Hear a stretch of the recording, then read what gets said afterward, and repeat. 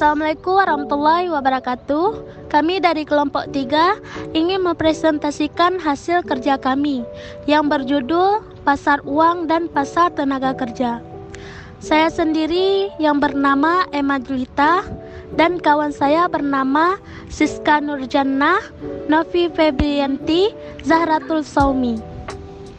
Saya lanjutkan dengan pertama, pengertian pasar uang. Pasar uang merupakan tempat diperdagangkannya dana-dana atau surat berharga yang mempunyai jangka waktu tempo kurang dari 1 tahun, yaitu jangka pendek. Ciri-ciri pasar uang yaitu yang pertama, menekankan pemenuhan dana jangka pendek.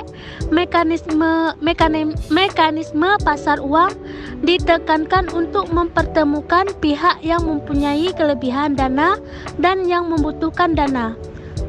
Selanjutnya ada keterkaitan pada tempat tertentu seperti pasar modal. Selanjutnya akan dilanjutkan oleh kawan saya.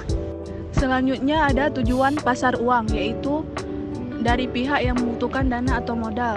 Yang pertama, memenuhi kebutuhan jangka pendek seperti membayar utang jangka pendek yang segera akan jatuh tempo. Yang kedua, memenuhi kebutuhan likuiditas yang disebabkan karena terjadinya kekurangan uang kas atau uang tunai. Yang ketiga, memenuhi kebutuhan modal kerja seperti biaya operasi, upah karyawan, pembelian bahan baku. Yang keempat, sedang mengalami kalah clearing. Yang B, dari pihak yang menanamkan dana atau modal. Yang pertama, memperoleh keuntungan dengan tingkat suku bunga tertentu. Yang kedua, membantu pihak-pihak yang mengalami kesulitan keuangan.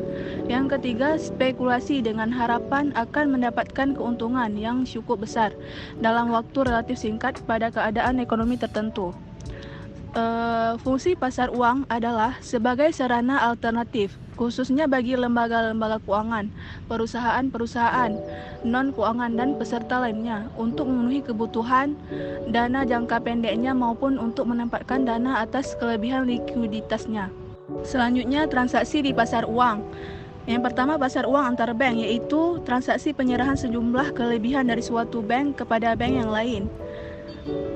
Bank yang mempunyai kelebihan dana disebut kelebihan likuiditas, sedangkan bank yang kekurangan dana disebut kekurangan likuiditas atau kalah clearing.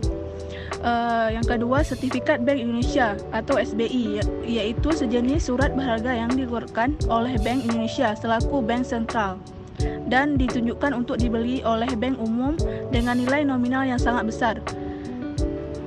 Yang ketiga, surat berharga pasar uang atau SPBU, yaitu surat berharga pasar uang yang dikeluarkan oleh bank umum dan dibeli oleh Bank Indonesia dengan nilai nominal yang cukup besar. Tujuannya adalah untuk meningkatkan likuiditas bank umum dan menekankan laju inflasi. Selanjutnya ada sertifikat deposito, yaitu surat berharga yang dikeluarkan oleh bank dalam nilai nominal tertentu sebagai surat atas unjuk. Selanjutnya ada pasar valuta asing, yaitu tempat seseorang dapat membeli atau menjual sejenis mata uang asing atau menukar dengan mata uang rupiah. Selanjutnya dilanjutkan oleh kawan saya. Selanjutnya ada pasar tenaga kerja. Jadi pasar tenaga kerja merupakan salah satu pasar yang mempertemukan penjual dan pembeli tenaga kerja. Sebagai penjual tenaga kerja di dalam pasar ini merupakan para pencari kerja. Sedangkan sebagai pembelinya adalah orang atau lembaga yang membutuhkan tenaga kerja. Jadi pasar tenaga kerja diselenggarakan dengan maksud untuk mengkoordinasikan pertemuan antara para pencari kerja dan orang atau lembaga yang membutuhkan kerja. Jadi pasar tenaga kerja itu memiliki fungsi yang sangat luas, baik dalam sektor ekonomi ataupun sektor yang lain. Berikut ada beberapa fungsi pasar tenaga kerja. Jadi yang pertama, berfungsi sebagai sarana penyaluran tenaga kerja. Yang kedua, berfungsi untuk sarana mendapatkan informasi tentang ketenaga kerjaan. Dan yang terakhir, berfungsi untuk sarana mempertemukan pencari kerja dan orang atau lembaga yang membutuhkan tenaga kerja. Selanjutnya di sini ada para pelaku di pasar tenaga kerja. Di antaranya ada 3, yaitu pencari kerja. Pencari kerja itu merupakan setiap orang yang mencari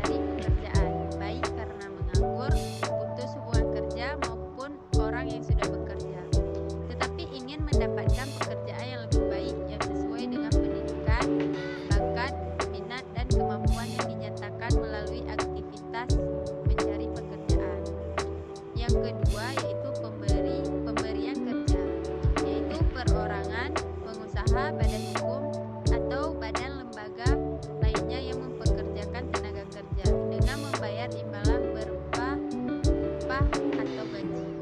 Dan yang terakhir yaitu perantara, yaitu media atau lembaga yang mempertemukan pencari kerja dan pemberi kerja.